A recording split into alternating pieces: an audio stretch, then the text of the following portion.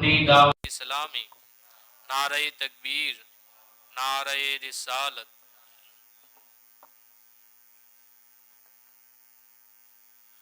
السلام علیکم ورحمۃ اللہ وبرکاتہ۔ الحمد للہ رب العالمین، والصلاة والسلام علی سید الانبیاء والمرسلین، وعلی آلہ واصحابہ اجمعین، اما بعد، فاعوذ باللہ من الشیطان الرجیم، بسم اللہ الرحمن الرحیم۔ احسب الناس ان يتركوا ان يقولوا آمنا وهم لا يفتنون، صدق اللہ العلی العظیم وصدق رسولہ النبی الکریم۔ بآواز بلند پڑھے الصلاۃ والسلام علیک یا رسول اللہ، الصلاۃ والسلام علیک یا حبیب اللہ، الصلاۃ والسلام علیک یا نبی اللہ، وعلی آلک واصحابک یا نور اللہ، صلی اللہ تعالی علیہ وسلم۔ تمہاری ذات سے میرا بڑا تعلق ہے، تمہاری ذات سے میرا بڑا تعلق ہے۔ کیا تعلق ہے؟ کہ میں غریب بڑا اور تم بڑے غریب نواز۔ دوستان محترم، آج کا یہ سنی اجتماع سلطان الہند عطائے رسول سرکار غریب نواز رضی اللہ تعالیٰ عنہ کی یاد میں منعقد ہیں، اور آج خصوصی نشست سوال و جواب کی ہوگی۔ مفتی صاحب قبلہ تشریف فرما ہیں، انشاءاللہ عز و جل ان کے ذریعہ جو بھی ہدایات عطا کی جائے گی ہم سب انشاءاللہ اس پر عمل کریں گے۔ دوستان محترم، تھوڑی دیر کے لیے جب تک کہ کچھ لوگ باہر سے بھی آ رہے ہیں، خواتین بھی باہر بیٹھی ہوئی ہیں، میں چند باتیں آپ لوگوں کے سامنے رکھنا چاہتا ہوں۔ دوستان محترم، میں نے قرآن مجید کی جو آیت طیبہ آپ کے سامنے پڑھی ہیں، اللہ تعالی ارشاد فرماتا ہے، احسب الناس ان یترکوا ان یقولوا آمنا وهم لا یفتنون۔ کیا لوگ اس سوچ میں پڑے ہوئے ہیں کہ اتنی بات کہنے پر چھوڑ دیے جائیں گے کہ ہم ایمان لائے اور ان کی آزمائش نہ ہوگی؟ اس آیت مبارکہ کا مفہوم یہ ہے کہ مسلمان ایمان والے اگر صرف اتنا کہہ دیں کہ ہم مسلمان ہیں، ہم ایمان والے ہیں، تو اتنی بات پر چھوڑ نہیں دیے جائیں گے، بلکہ ان کی آزمائش ہوگی۔ دوستان محترم، آج ہماری قوم میں مرد ہو یا عورت ہو، لوگوں کی یہ سوچ بنتی جا رہی ہے کہ ہم دن بدن آزمائشوں میں کیوں ہیں، یا ان آزمائشوں کی وجہ کیا ہے۔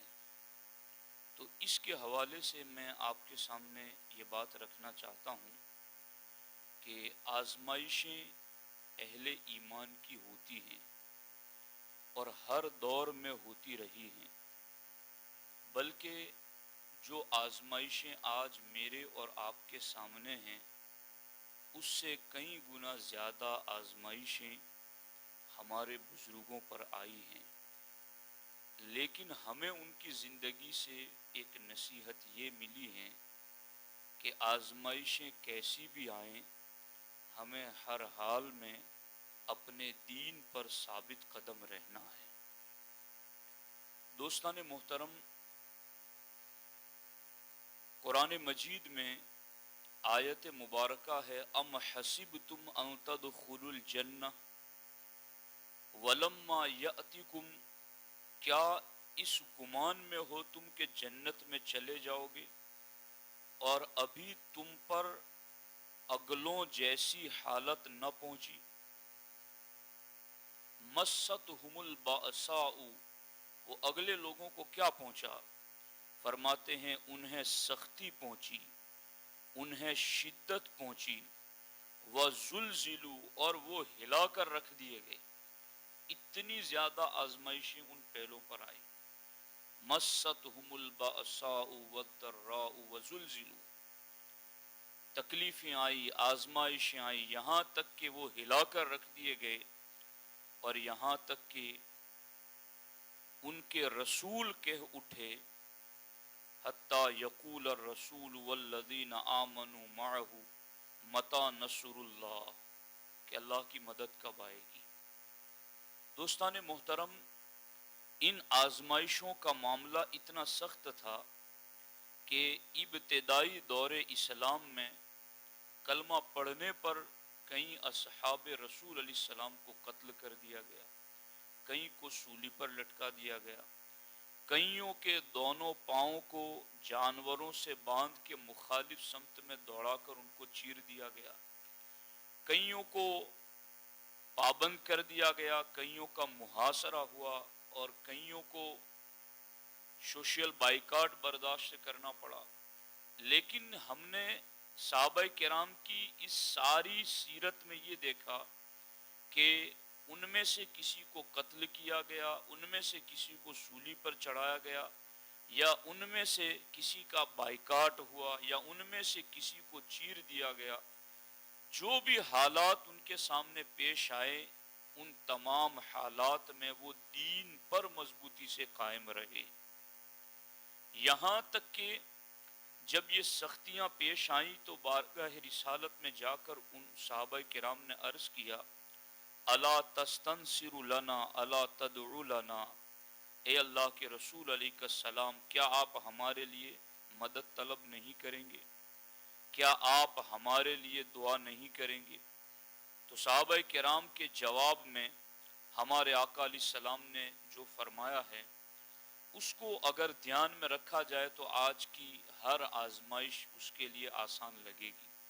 جب صحابہ کرام نے آزمائش سے برداشت کرنے کے بعد سرکار کی بارگاہ میں مدد کے لیے، دعا کے لیے درخواست کی، تو ہمارے آقا علیہ السلام نے ارشاد فرمایا قد کان من قبلکم، تم میں سے جو لوگ آگے گزر چکے ہیں ان کا معاملہ یہ تھا کہ اتنی آزمائش میں ہوتے کہ ایک آدمی کو پکڑ لیا جاتا اور زمین میں اس کے لیے گڑھا کھود کر اس گڑھے میں اس کو کھڑا کیا جاتا، پھر اس کے سر پر آرا رکھ کر کے اس کا سر چیر کر اس کے دو حصے کر دیے جاتے. اللہ کے رسول علیہ السلام نے ارشاد فرمایا لیکن اس کے باوجود بھی اتنی بڑی آزمائش میں بھی وہ دین پر قائم رہتے تھے. دوستان محترم، سلطان الہند عطائے رسول سرکار غریب نواز رضی اللہ تعالی عنہ ہند کی دھرتی پر تشریف لائے.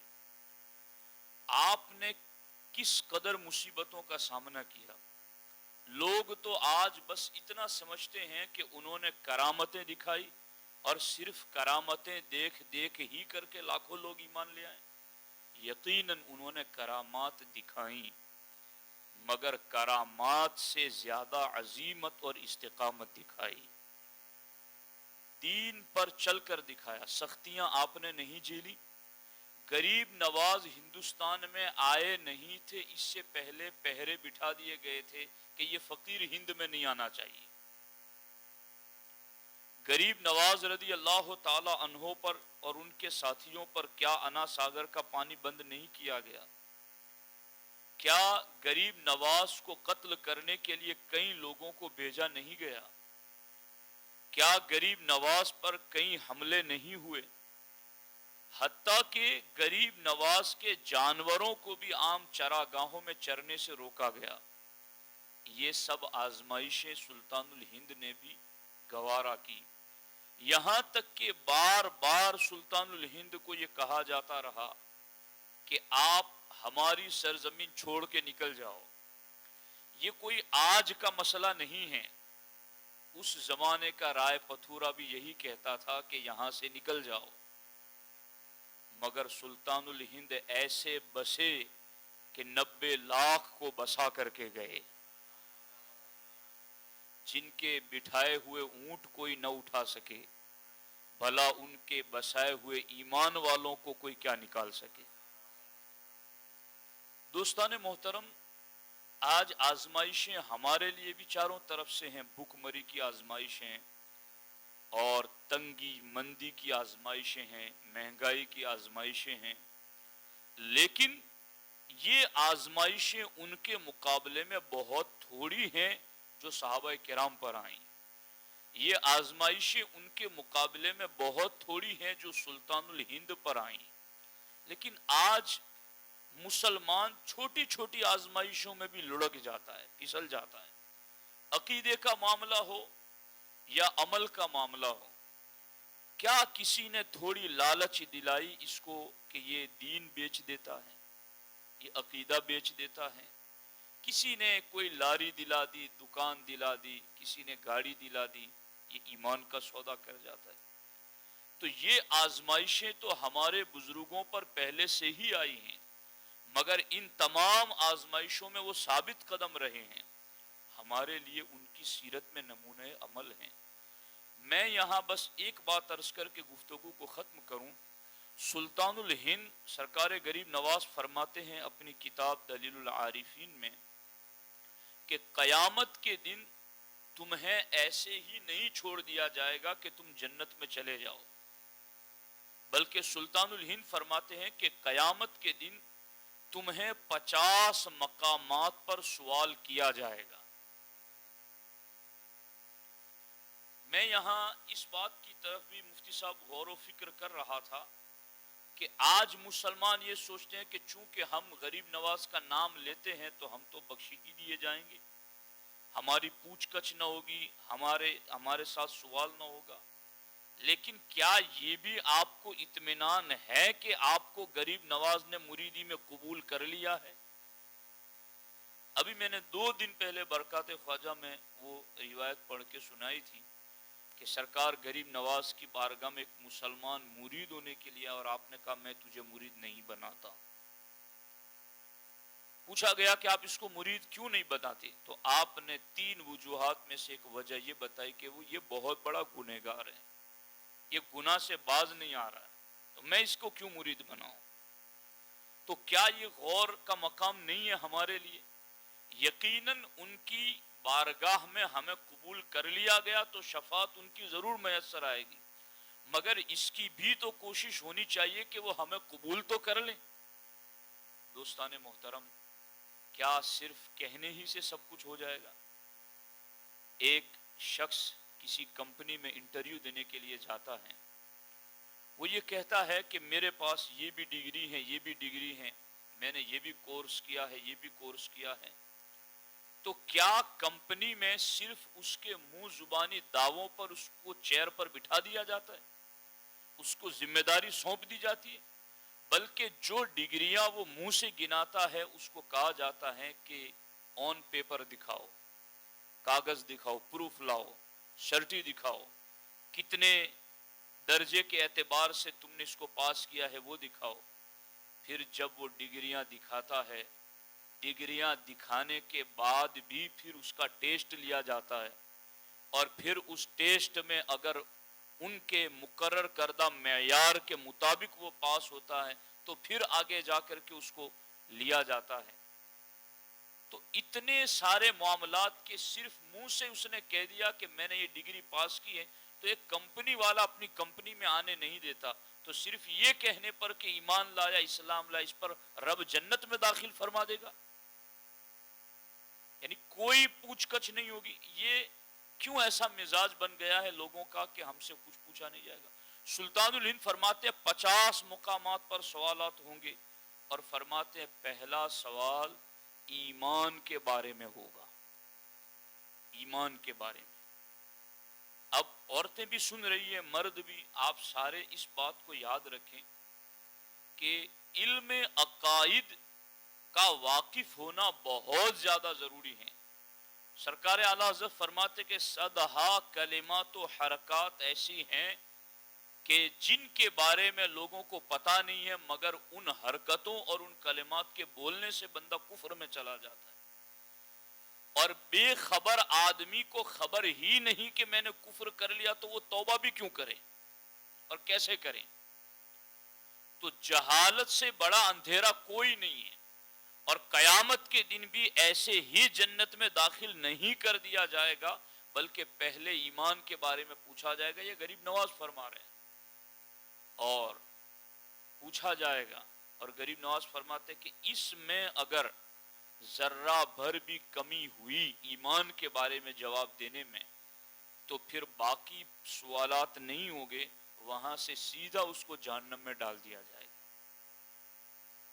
غریب نواز فرماتے اگر ایمان کے بارے میں صحیح جواب دیا تو بعد میں پھر نماز کا سوال ہوگا، فرائض کا سوال ہوگا، حضور کی سنتوں کے حوالے سے سوال ہوگا. ایک کمپنی میں جانے سے پہلے تو اتنی احتیاط کہ میرے پیپر ٹھیک ہونے چاہیے، پیپر کے نمبر ٹھیک ہونے چاہیے، سارا کچھ لے کر کے جانا ہے تاکہ مجھے وہاں داخلہ مل جائے. جنت میں جانے کے لیے کوئی چیز ضروری نہیں، نہ نماز، نہ روزہ، نہ دینداری، نہ تقوی شعاری، نہ پرہیزگاری، نہ ایمان کی پرواہ. تو دوستان محترم، یہ لوگوں کی تمنائیں ہی تمنائیں، خوش فہمیاں ہی خوش فہمیاں ہیں. اس لیے سرکار غریب نواز نے جو فرمایا ہے آپ اس پر توجہ دیں، ایمان کے بارے میں خوب محتاط رہیں، زبان سے کوئی ایسا کلمہ اور کوئی ایسا کام نہ کریں جس سے ایمان نکل جائے. اور جب ایمان ہمارے دل میں ہے تو اس ایمان کو تازہ رکھنے کے لیے پھل بھی لگاتے ہیں اور پانی بھی دیتے ہیں. ایمان کا بیج ہم نے دل میں لگایا ہے تو عشق رسول کی باڑ لگا کر کے نماز کا پانی دینا بھی ضروری ہے.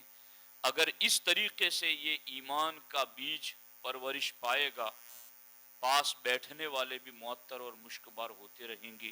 اس لیے ضروری ہے، راہ عظیمت غریب نواز کا طریقہ ہے اور سلطان الہند مصیبتیں برداشت کر کر کے ہم تک دین پہنچایا گئے.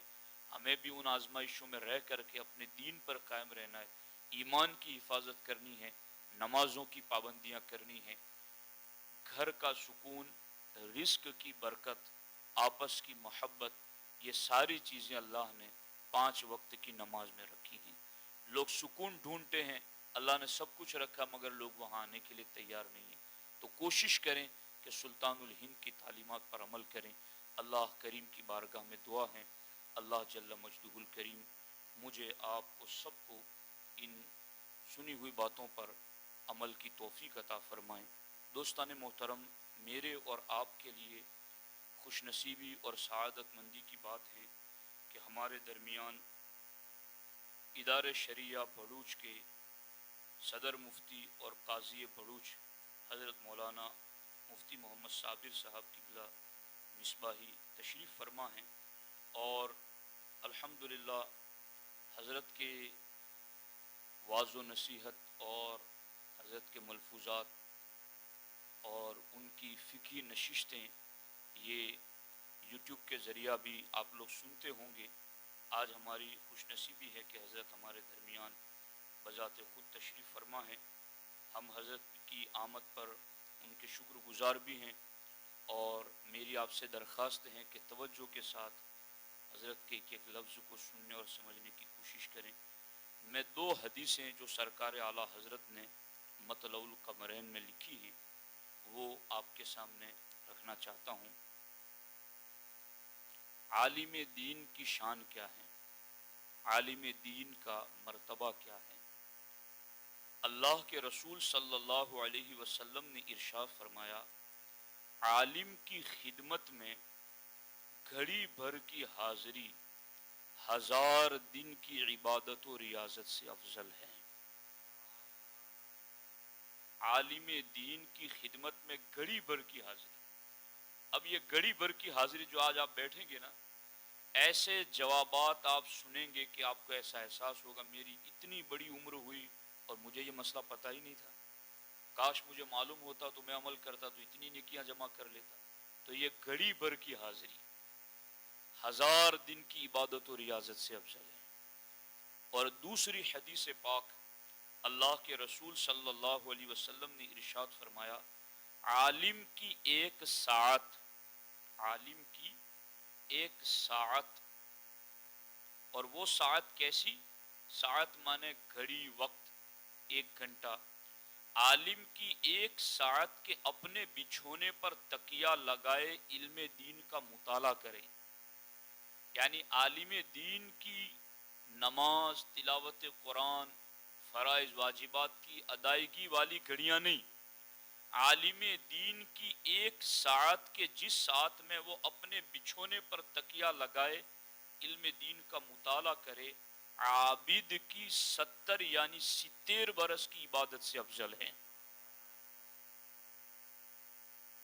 یہ حدیث پاک ہے۔ دوستان محترم، ہم خوش نصیب ہیں کہ اللہ تبارک و تعالی نے ایسے عالم دین کی صحبت میں ہمیں بیٹھنے کی توفیق بخشی ہے۔ اللہ تبارک و تعالی قبلہ مفتی صاحب کی علم میں خوب برکتیں عطا فرمائیں۔ مولانا مبارک صاحب انشاءاللہ بھی انشاءاللہ آگے کا جو پروگرام ہے وہ میں درخواست کروں گا کہ حضرت مولانا مبارک صاحب قبلہ صابری قبلہ مفتی صاحب کی خدمت میں سوالات پیش کریں گے اور حضرت اس کے جوابات عطا فرمائیں گے۔ اخیر میں آپ کے جو سوالات ہوں گے انشاءاللہ حضرت اس کے بھی جوابات دیں گے۔ آپ سے گزارش ہے کہ آپ توجہ کے ساتھ گفتگو کو سماعت فرمائیں۔ السلام علیکم ورحمۃ اللہ وبرکاتہ۔